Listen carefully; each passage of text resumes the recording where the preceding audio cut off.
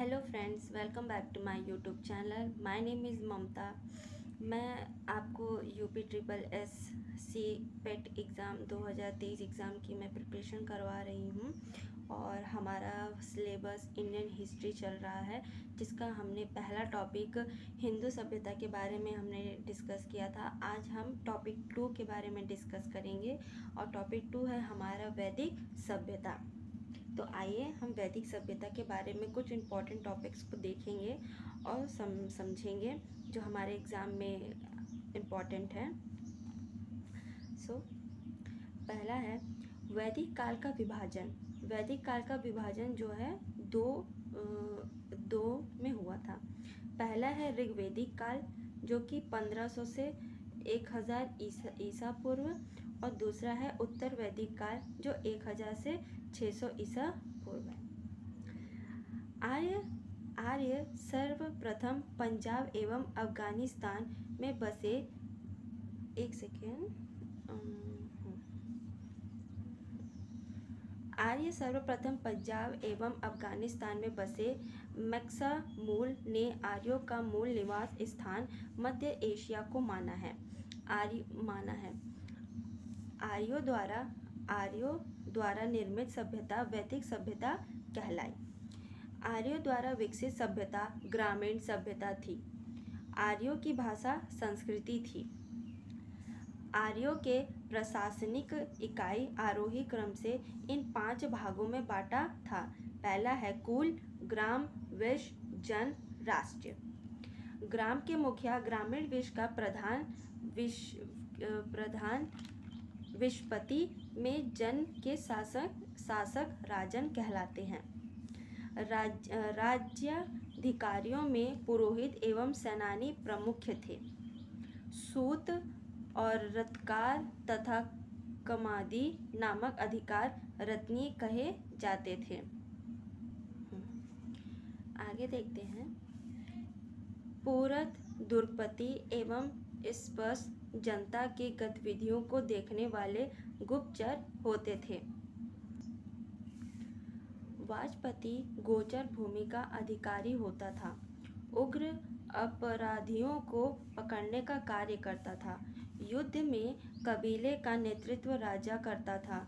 युद्ध के लिए गविष्टि शब्द का प्रयोग किया गया है, जिसका अर्थ होता है गायों की खोज। आगे देखते हैं।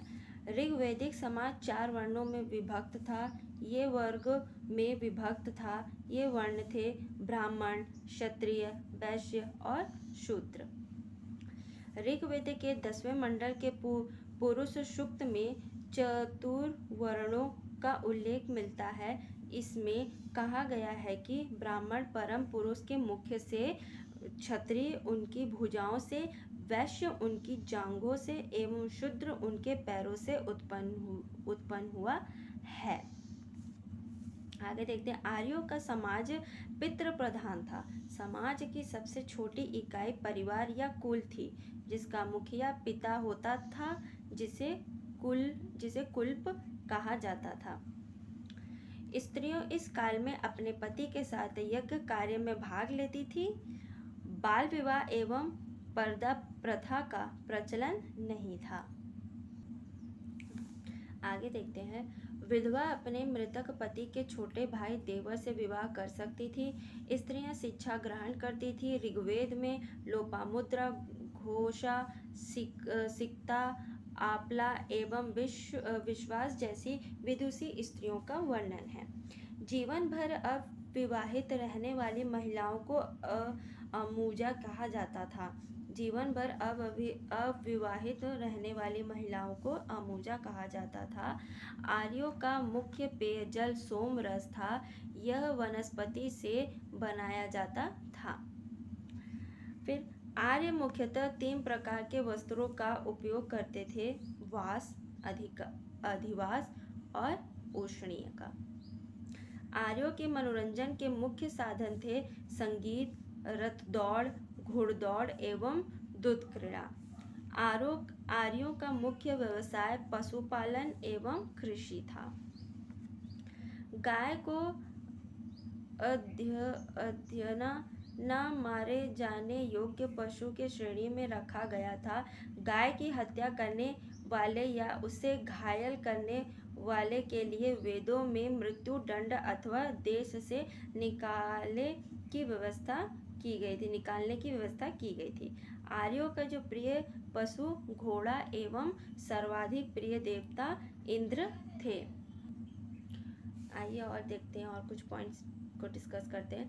आर्यों द्वारा खोजी गई धातु लोहा थी, जिसे श्याम अयस्क कहा जाता था। तांबे को लोहित अयस्क कहा जाता था। व्यापार में हेतु दूर दूर तक जाने वाले व्यक्ति को पणी कहते थे।